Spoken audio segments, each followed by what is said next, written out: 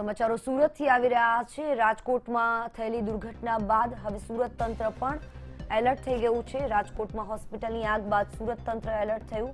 સુરતની મોટી હોસ્પિટલમાં મોક ડ્રીલ શરૂ કરવામાં આવી।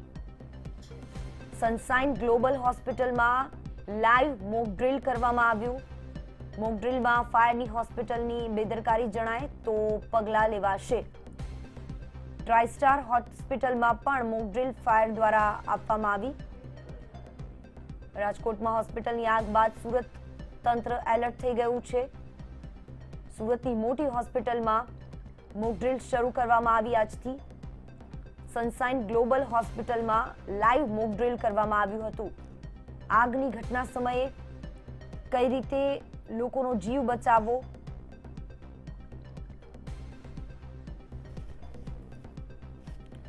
સુરતથી સંવાદદાતા ધ્રુવ સોમપુરા જોડાઈ ગયા છે।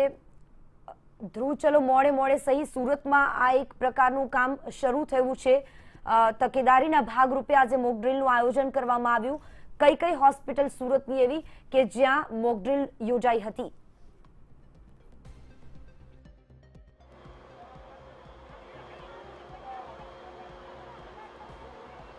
બિલકુલ જિજ્ઞાસ, સુરતની અત્યારે સૌથી મોટી જે હોસ્પિટલ છે ગ્લોબલ સ્નાઇન હોસ્પિટલ, તેમાં અત્યારે આ પ્રકારે જે છે તે મોક ડ્રીલ કરવામાં આવી છે।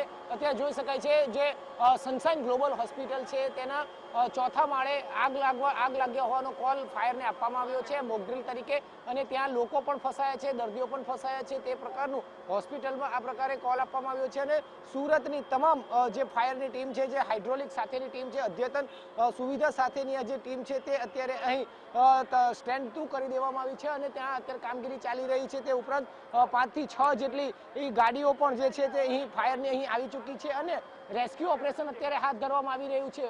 હોસ્પિટલની બહાર જે એ કહી શકાય એલિવેશન લગાવવામાં આવ્યું છે, તે એલિવેશન પણ જે નડતરરૂપ છે એટલે તેને દૂર કરી દેવાના પણ તમામ આદેશ આપી દેવામાં આવ્યા છે। એલિવેશન દૂર કરી દેવામાં આવશે। તે ઉપરાંત અત્યારે ચોથા માળ પર જે દર્દીઓ ફસાયા છે, જે ત્યાંના જે કર્મચારીઓ જે છે તે ફસાયા છે અને તેઓને અત્યારે આ રીતે રેસ્ક્યુ કામગીરી કરવા માટેની તૈયારી કરી રહ્યા છે। જોઈ શકાય છે ફાયરની ટીમ અત્યારે ખડે પગે અહીં જોવા મળી રહી છે। બીજી તરફ ખાસ કરીને વાત કરવામાં આવે તો અગાઉ પણ રાજકોટમાં જે ઘટના બની છે તે ઉપરાંત અમદાવાદમાં પણ જે ઘટના બની છે, અમદાવાદમાં ઘટના બન્યા બાદ અત્યારે સુરતમાં પણ એની મોક ડ્રીલ કરવામાં આવી રહી છે અને જેને લઈને અત્યારે સુરત ફાયર તંત્ર એલર્ટ મોડ પર જોવા મળી રહ્યું છે।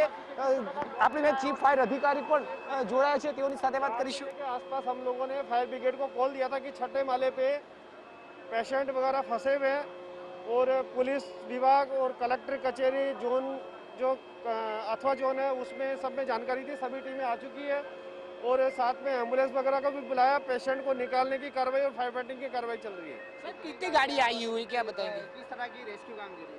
6 गाड़ियाँ फायर फाइटिंग वाली आई हुई है और हाइड्रोलिक और टर्न टेबल लेटर की मदद से उन लोगों को निकाल रहे हैं। बाकी अंदर बिल्डिंग में सिस्टम है जो इनबिल्ट सिस्टम से फायर फाइटिंग की कामगिरी चालू है। सर, एलिवेशन है तो फिर किस तरीके से एलिवेशन दूर किया? पहले एलिवेशन पैक था पूरा, तो नोटिस देने के बाद इन लोगों को सजेस्ट किया गया, इन लोगों ने पूरा निकाल दिया अभी और अभी कोई प्रॉब्लम नहीं निकालने में। आप देख रहे हो कि आराम से सब लोगों को निकाल रहे हैं इससे। બિલકુલ, એટલે અત્યારે જોઈ શકાય છે ફાયર દ્વારા રેસ્ક્યુ ઓપરેશન શરૂ કરી દેવાયું છે દર્દીઓનું અને અત્યારે પણ આ કામગીરી ચાલી રહી છે। ખાસ કરીને કેટલાક દર્દીઓ અંદર ફસાયા છે, તેઓને ત્યાં જ રાખવામાં આવ્યા હતા અને આ મોક ડ્રીલ સીધી કરવામાં આવી હતી, એટલે કે કોઈ પણ પ્રકારની હોસ્પિટલના જે દર્દીઓની વોર્ડને છે તેમાં જાણકારી આપવામાં નથી આવી અને ત્યારબાદ આ પ્રકારે જે ફાયરની ટીમ છે તેને અહીં બોલાવી લેવામાં આવી છે અને તમામ દર્દીઓને કઈ રીતે તાત્કાલિક ધોરણે રેસ્ક્યુ કરી શકાય તેની પણ કામગીરી કરવામાં આવી છે।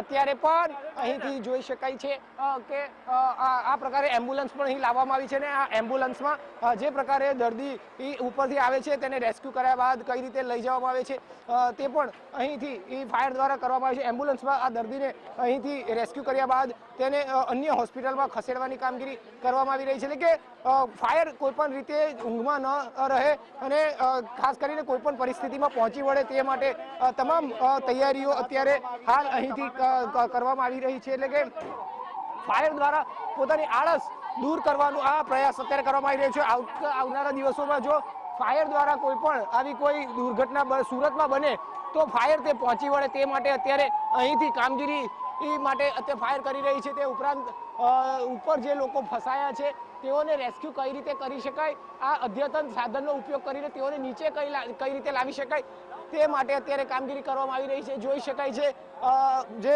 સુરતમાં જે ઘટના બની હતી તક્ષશિલાની, તક્ષશિલા બાદ આ અદ્યતન સુવિધા સાથેનું હાઇડ્રોલિક ફાયરને મશીન મળ્યું હતું. તે મશીન મુજબ અત્યારે તેનો ઉપયોગ કરવામાં આવી રહ્યો છે અને જે રીતે ત્યાંથી લોકોને જે ફસાયા છે તેઓને રેસ્ક્યુ કરીને આ હાઇડ્રોલિક મશીન દ્વારા નીચે લાવવામાં આવી રહ્યા છે. એટલે કે ખૂબ જ જરૂરી હતું જે પ્રકારે એક પછી એક રાજ્યમાં આગની ઘટનાઓ બની રહી છે અને ત્યારબાદ આ પ્રકારે જ્યારે લોકો ફસાતા હોય છે, દર્દી ફસાતા હોય છે અને મોતને ભેટતા હોય છે ત્યારે આ પ્રકારે ખૂબ જ જરૂરી બન્યું હતું. જોઈ શકાય છે આ રીતે તમામ જે ફસાયેલા દર્દીઓ હતા, ત્યાંના જે કર્મચારીઓ હતા તેને આ રીતે નીચે લાવવામાં આવી રહ્યા છે, એટલે કે કોઈ પણ પ્રકારની જાનહાનિ ન થાય અને તાત્કાલિક રીતે જે તમામ લોકો જે છે તેને બચાવી શકાય તે માટેની કામગીરી ફાયર દ્વારા ઝડપથી ઝડપ કઈ રીતે કરી શકાય અને તેઓને ટ્રેનિંગ પણ મળી રહે તે માટે અત્યારે આ રીતે કામગીરી કરવામાં આવી રહી છે. જોઈ શકાય છે જે ઉપર કોઈ ફસાયું હોય તેને આ રીતે અત્યારે રેસ્ક્યુ કરાવીને લઈ જવામાં આવી રહ્યા છે. એમ્બ્યુલન્સમાં અત્યારે તેઓને લઈ જવામાં આવી રહ્યા છે અને બિલકુલ તાત્કાલિક કોઈ જાનહાનિ ન થાય તે માટે આયોજન ખરેખર એક સારી બાબત ગણી શકાય, કારણ કે કઈ રીતે દુર્ઘટના ઘટતી હોય છે ત્યારે કેટલું એલર્ટનેસ કામ કરી જતું હોય છે તે તમામ બાબતો આ મોક ડ્રીલમાં જાણકારી મળી શકે છે. આભાર ધ્રુવ તમામ જાણકારી આપવા માટે.